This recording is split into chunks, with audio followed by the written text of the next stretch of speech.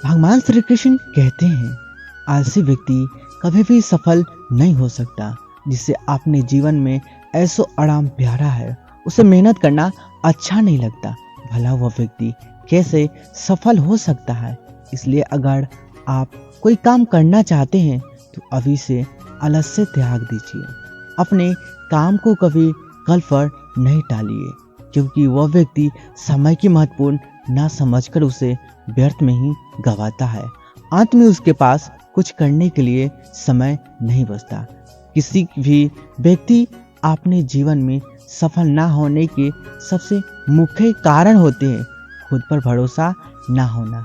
जीवन में वही व्यक्ति सफल होता है जिससे खुद पर भरोसा हो। जिस व्यक्ति को खुद पर भरोसा नहीं है वह कभी भी सफल नहीं हो सकता।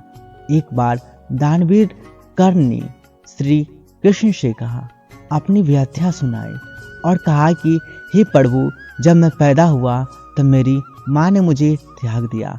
इसमें मेरा क्या अपराध था।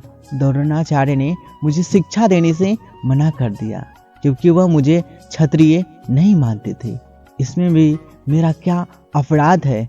और द्रौपदी के स्वयंवर में मुझे अपमानित किया गया क्योंकि महाराज परिवार का हिस्सा नहीं हूँ। जवाब में श्री कृष्ण ने कहा, जरा ध्यान से सुनो। जब मेरा जन्म हुआ तब मैं कारागार में था और मेरे पैदा होते ही मेरी मृत्यु मेरा प्रतीक्षा कर रही थी। जिस रात मेरा जन्म हुआ था उसी रात मुझे माँ बाप से अलग होना पड़ा, जहाँ पहुंचकर मुझे हर एक काम करना पड़ा जो एक गरीब परिवार में करना पड़ता है। गाय का गोबर हाथ से उठाना। जब मैं चल नहीं सकता था तब मुझ पर प्राणघातक हमले किए गए। मुझे मारने की बार बार कोशिश की गई। ना मेरे पास बचपन में शिक्षा थी, ना ही महल था, ना कोई गुरुकुल था, ना कोई विशाल सेना थी। लेकिन तब भी मेरे मामा मुझे सबसे बड़ा शत्रु मानते थे। मेरा भी जीवन कई चुनौतियों से जूझ रहा है। यह बात इतना महत्वपूर्ण नहीं कि जीवन में कितनी बार अपमानित होना पड़ रहा है, पर यह महत्वपूर्ण है कि आप उस अपमान का जवाब कैसे दे रहे हैं। आपके पास ज्ञान है जिसका आप इस्तेमाल कर पा रहे हैं और इन सब चुनौतियों को पार करके आगे बढ़ते हैं। यह बात सबसे महत्वपूर्ण है कि जब कुछ किताबों से भी सीखने को नहीं मिलता है तब कुछ मतलबी लोगों से भी बहुत कुछ सीखने को मिलता है।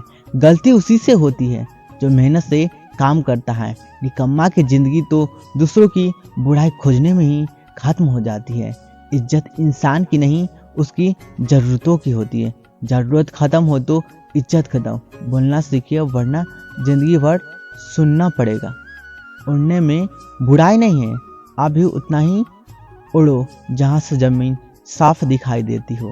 सिर्फ वह लोग आपकी परवाह करते हैं जो आपको तब भी सुन सकते हैं जब आप चुप होते हैं।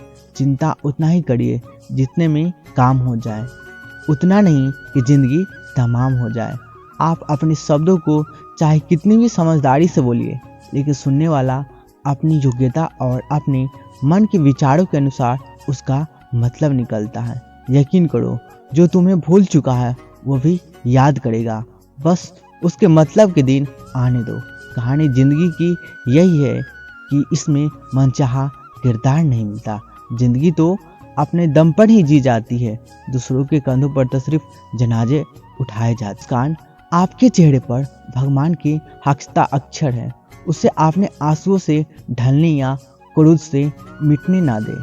कोई भी व्यक्ति हमारा मित्र या शत्रु बनकर संसार में नहीं आता। हमारा व्यवहार और शब्द ही लोगों को मित्र और शत्रु बना देता है। जो व्यक्ति हर वक्त दुख रोना रोता है उसके द्वार पर खड़ा सुख बाहर से ही लौट जाता है। जिसके पास उम्मीद और आस है वह जिंदगी के हर इम्तिहान में पास है। हर कोई अपना नहीं होता, यही सच है। कितने अजीब है यह जमाने के लोग। खिलौना छोड़कर जज्बातों से खेलते हैं।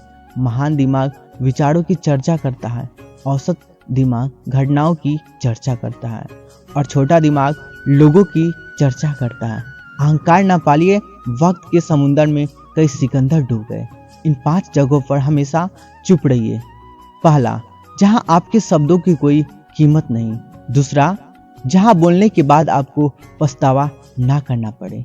तीसरा, अगर आपके बोलने से किसी का दिल दुखाता है।